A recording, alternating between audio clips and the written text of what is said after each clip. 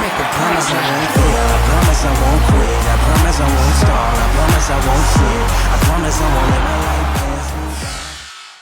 Hoje eu tenho o imenso prazer de falar com um grande amigo. Nos conhecemos aí há não menos do que 15 a 18 anos, por baixo, não é isso, meu caro Silvério?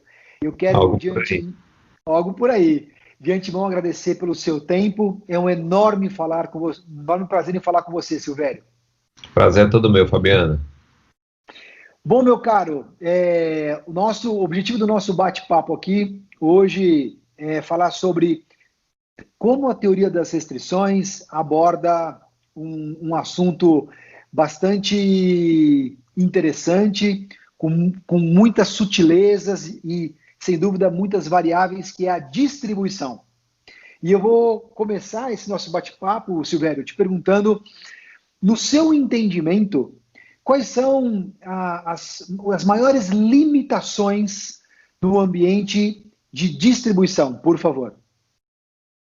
Bom, Fabiano, o ambiente de distribuição ele é um ambiente que vem aumentando a complexidade, né, imensamente nos últimos anos, né, e isso tem crescido cada vez mais, e eu não tenho entendido que essa complexidade vá parar de crescer, né? E como é que essa complexidade tem crescido, né? A gente tem percebido que a quantidade de novos produtos e a quantidade de variedade de produtos tem aumentado dentro de diferentes indústrias, né, de uma maneira exponencial, né? Se a gente pega a indústria da tecnologia, né, quantas diferentes televisões a gente tem disponíveis hoje, quantos diferentes smartphones, então, e cada um desses produtos, eles têm uma gama de modelos e de possibilidades que é muito grande. Aí se a gente entrar para a indústria da moda, né, se a gente for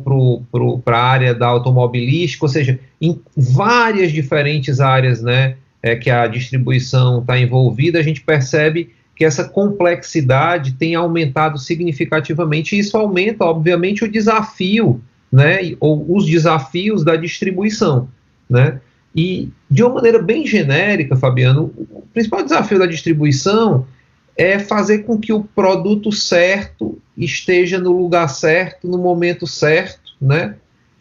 Mas principalmente na quantidade certa. E aí, quando eu digo principalmente na quantidade certa, porque não adianta você ter o produto e esse produto não atender ou a necessidade do cliente, né? Ou você ter demais, que aquilo faz com que o excesso ocupe espaço, seja na prateleira, quando a gente está falando de varejo, ou seja no próprio centro de distribuição, nos armazéns, quando a gente está falando de armazenagem, o que acaba fazendo com que o excesso de um produto impeça que eu tenha, às vezes, mais de um outro produto que pode estar faltando. Então, essa combinação, né, não só da variedade, mas também da quantidade, ela afeta imensamente uma necessidade que eu diria que é a necessidade principal que resume todas essas questões, que é a disponibilidade. Ou seja, o grande desafio da distribuição é fazer com que o produto esteja disponível para o consumidor no tempo que o consumidor espera obter esse produto. Então, alguns produtos o consumidor tem um certo tempo de espera, ele aceita esperar, mas cada vez mais a gente tem uma tolerância a essa espera que é menor.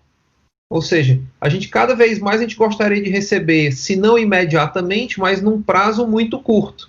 O que faz com que, para a distribuição, a gente tenha que ter o produto, se não 100% disponível na prateleira para o cliente ir lá e pegar, que é o que acontece no caso dos supermercados, né? Mas, se não, a gente deveria ter o produto disponível no armazém para a gente entregar num prazo de entrega bem razoável, ou seja, ou em horas ou em pouquíssimos dias, né? Então, esse é que eu acho que são os principais desafios que estão aí pairando em torno do ambiente de distribuição. Perfeito, e essas dores, esses desafios com certeza não só eu como você e aqueles que nos assistem aqui, sentimos na pele, né, Silvério, como clientes, né, seja no supermercado, seja numa loja de departamento, seja numa farmácia, enfim, bacana. E, cara, com base em toda essa sua jornada, há quanto tempo você já trabalha com a teoria das restrições, Silvério? São algo em torno de 20 anos, Fabiano, 20 18 a anos, 20 né? anos. 18 a 20 anos. Foi quando nos conhecemos, Quando nos né? conhecemos, exatamente. Exato. Na sua visão, Silvério, com tudo aquilo que você já estudou e implementou em relação à teoria das restrições, eu sei que você também tem uma experiência muito grande em produção, em gerenciamento de projetos, mas já que nós estamos falando de distribuição, na sua visão, como que a teoria das restrições ela pode contribuir com esses desafios que você bem colocou?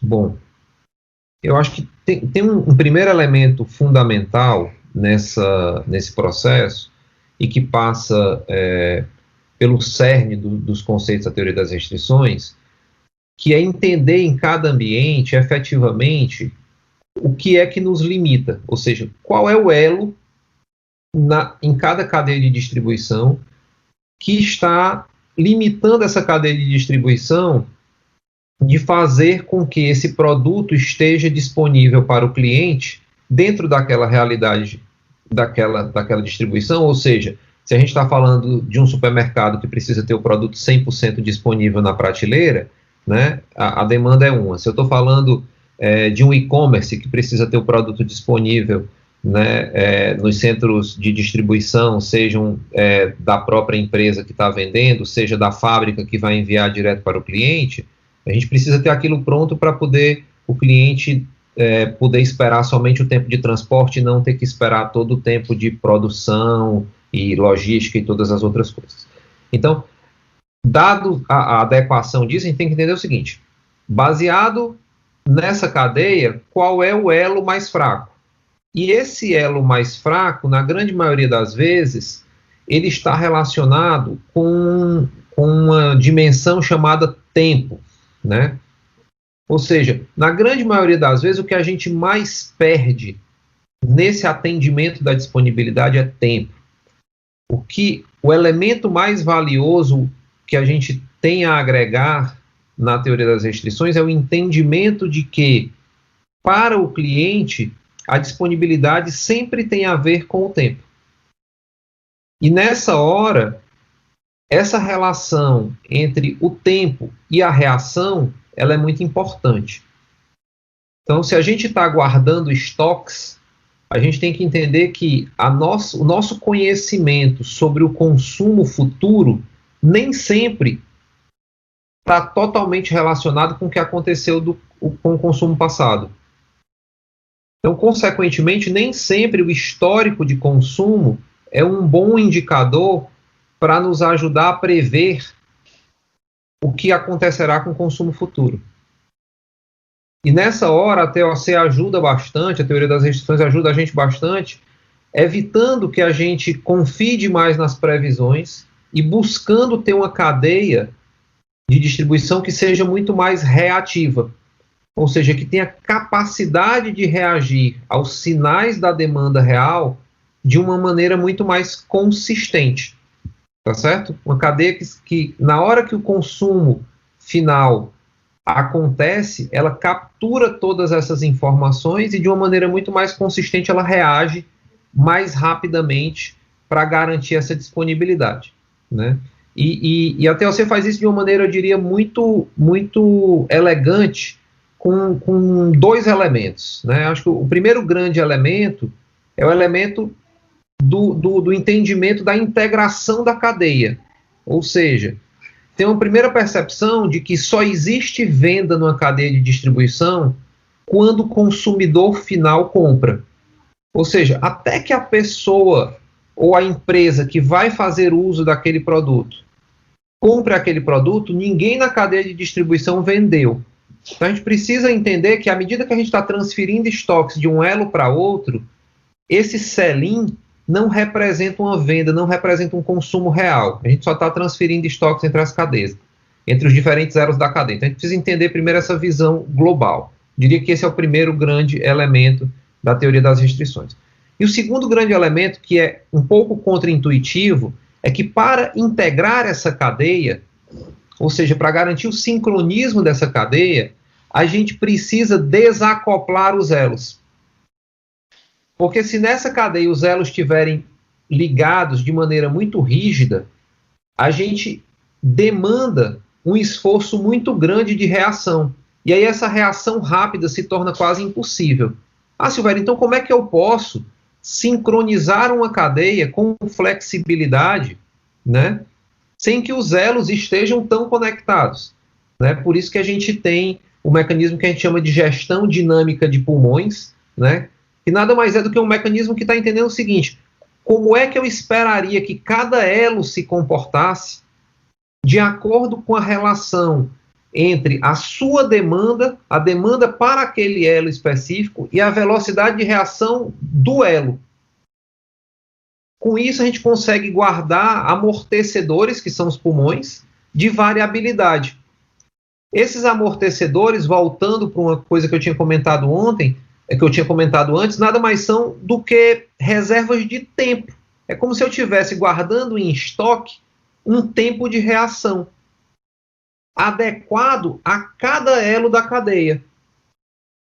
Então, esse tempo de reação que está definido pela gestão dinâmica de pulmões, ela permite, ao mesmo tempo, sincronizar toda a cadeia, evitando que a variabilidade do consumo vá se distribuindo pela cadeia, ou seja, os diferentes pulmões, os diferentes buffers ao longo da cadeia, eles vão amortecendo essa variabilidade, vão possibilitando com que cada elo reaja dentro das suas possibilidades do próprio elo. E isso faz com que a gente tenha a melhor ou o melhor tempo de reação possível para aquela cadeia. E, obviamente, nessa hora, como com os conceitos básicos de teoria das restrições, a gente vai identificar muito rapidamente quais são os elos que estão consumindo mais tempo. Então, se tivermos a necessidade de otimizar essa cadeia, ou de melhorar, ou de acelerar essa cadeia, a gente vai ter muito claramente quais são os elos que consomem mais tempo e, consequentemente, a gente vai saber quais são os pontos de melhoria que a gente deve focar. Então, através desse mecanismo, a gente consegue sincronizar desde do consumo até a compra das primeiras matérias-primas, às vezes das matérias-primas fundamentais, né, sem precisar estar amarrando um elo no outro e garantindo que a gente tenha a melhor produtividade de cada elo com o menor tempo possível. Poxa, fantástico, Silvério. Um poder de síntese. Eu aprendi outro dia que existe uma grande diferença entre inveja e cobiça. Então eu não invejo o seu poder de síntese, mas eu cobiço, eu procuro todo santo dia, Silvério, porque ficou bastante clara a sua fala e no meu entendimento, um dos pontos fundamentais, se é que eu entendi bem, é deixar bem claro a distinção entre a demanda dos elos da cadeia, que compõem uma cadeia, e a demanda da cadeia de suprimentos, que, como você bem colocou, apenas estou repetindo com as minhas palavras, enquanto o consumidor final não, de fato, comprou, só houve a transferência de materiais e dinheiro dentro da cadeia, se eu entendi bem. Correto, é isso mesmo. Excelente. Meu caro Silvério, mais uma vez eu agradeço. Você, como um dos principais executivos da Goldert Consulting aqui no Brasil, inclusive com experiência em condução de projetos fora do Brasil também. Eu sei que o seu tempo é bastante limitado. Eu, de coração, agradeço você ter encontrado essa janelinha de tempo para a gente bater esse papo. Muito obrigado, Silvério. Fabriano, é sempre um prazer. Sempre que você precisar, será um prazer contribuir. Parabéns pelo seu trabalho, você está fazendo um excelente trabalho divulgando a teoria das restrições aí no YouTube, nas redes sociais. I'm so proud of you and I just wanna share the love. I'm so proud of you and I just wanna share the love.